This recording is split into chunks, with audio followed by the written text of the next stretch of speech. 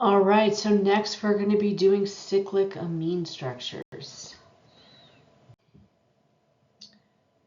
All right, so we're going to start with our primary amines first and do our IUPAC naming system first. So our cyclic is going to take priority over our acyclic alkyl groups. So the name will be cyclo plus the parent. Again, we're going to drop the E, followed by amine. So here, in this particular problem, I have a cyclo. I have a cyclohexane. So that is my parent. So we'll write that down. Whoops. Always helpful to write with a pen. So this is our cyclohexane. I am going to drop the E. So this would be a cyclohexamine. Now remember with the cyclos, I do not have to have a number unless I have a substituent. So cyclohexamine, perfect. Okay, so with our secondary and tertiary groups or amines, again, we're going to designate that smaller alkyl group with an N. So let's start with our secondary amine first. So this guy right here is our secondary. We have one hydrogen on the nitrogen, and I've got two R groups. Okay, so let's identify my two alkyl groups. So again, I've got a cyclohexane, and I have a propyl.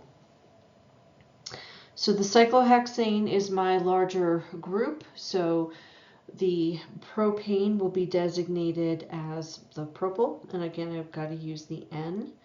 So this will be my N-propyl. So my parent is going to be the cyclohexane. So cyclo.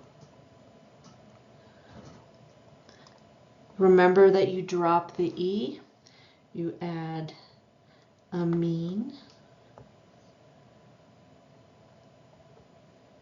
for your amine group. And again, I'm on the cyclohexane does not have any substituents, so I do not need to include a number. And then I do have my propyl group, so this would be an N. Let's give myself a little bit more space. An N-propyl. So an N-propyl cyclohexane. Those are all one word. Try that again. N-propyl. There we go. It's a little bit better. N-propyl cyclohexanamine.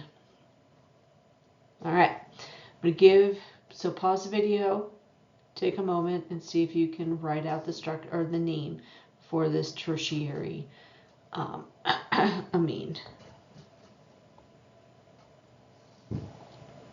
Okay, hopefully you pause the video. All right, so I've got tertiary amine. I've got three alkyl groups on here.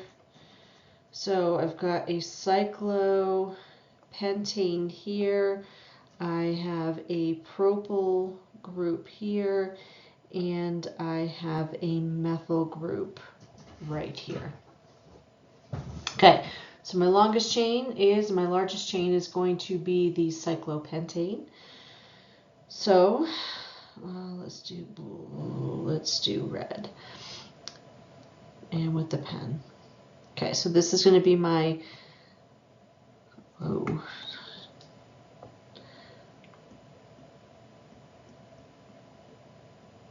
so cyclopentane is my parent.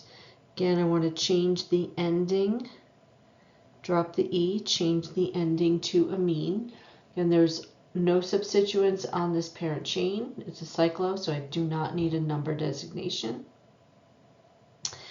I then have my ethyl group and my methyl group. So this is going to be an N methyl.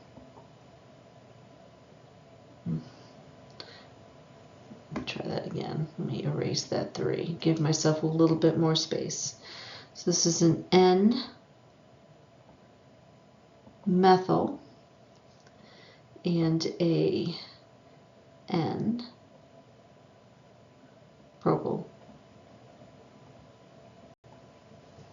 So N-methyl, N-propyl, cyclopentanamine. Okay, we're going to be doing substituents next. So this is just a reminder of our priority. It goes aldehyde, ketone, alcohol, amine, alkyne, alkene, ether, alkane, aromatic, halo. So keep this in mind. Again, jot this down. Have this as your little cheat as you're practicing so you know which functional group has what priority. Okay, so remember, when we are looking at this as a substituent, it is going to be an amino. All right, so anytime you're sitting down to write the name for one of these compounds, look for all your functional groups. Look for everything.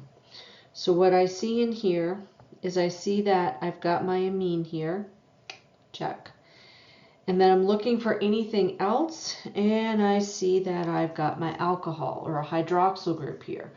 So the alcohol takes priority over an amine, so this is going to be an alcohol. Since the alcohol takes priority, that needs to be on the longest parent chain.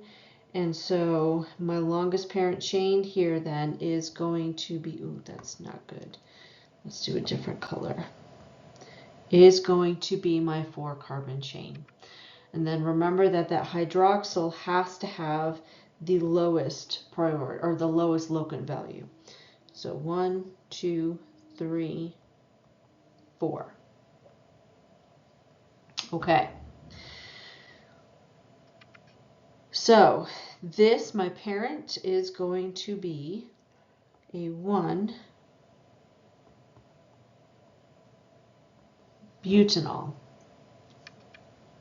Now, what is going to happen here is that the rest, so sorry, okay, that the rest of this is my amino substituent.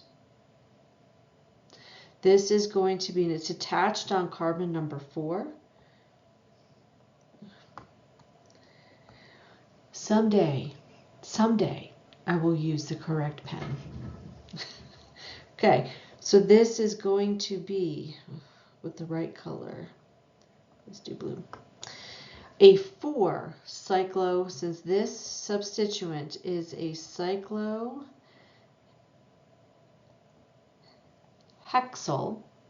it is a cyclohexyl amino. So it's a ring. It's a 6-membered ring. It's not the parent, so it's an ol, it's an alkyl group, and it is an amino. So this is going to be a 4-cyclohexyl amino dash 1-butanol. Let's fix this. Don't like the way that looks at all. Amino, there we go, dash 1-butanol. Okay, so our last piece is common naming. So just like we did common naming before, only this time since we're dealing with rings, it'll be a cycloalkyl plus the term amine. And again, these 3 structures are ones we've already looked at with the IUPAC naming. So for my primary my primary amine, I am looking at the chain again here being my cyclohexane. So this will be a cyclohexyl So let me write this out. Cyclohexyl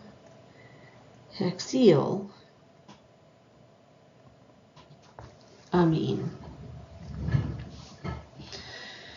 Okay, with my secondary alcohol, I have my primary chain,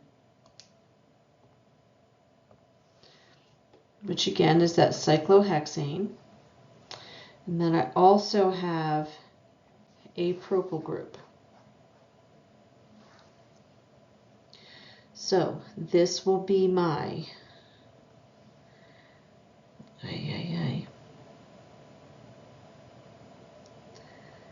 cyclohexyl. Oops, it's too blue.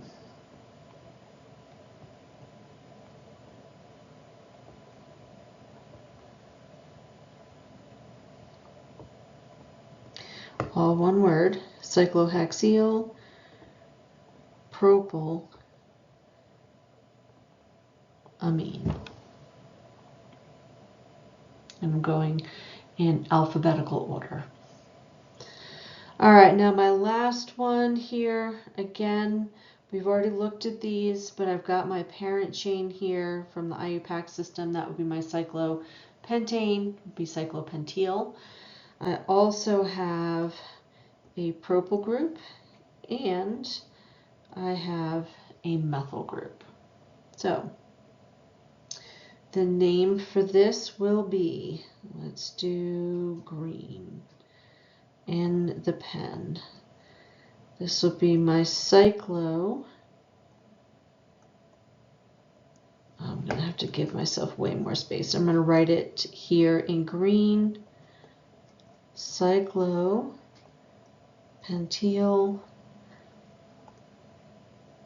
methyl propyl amine.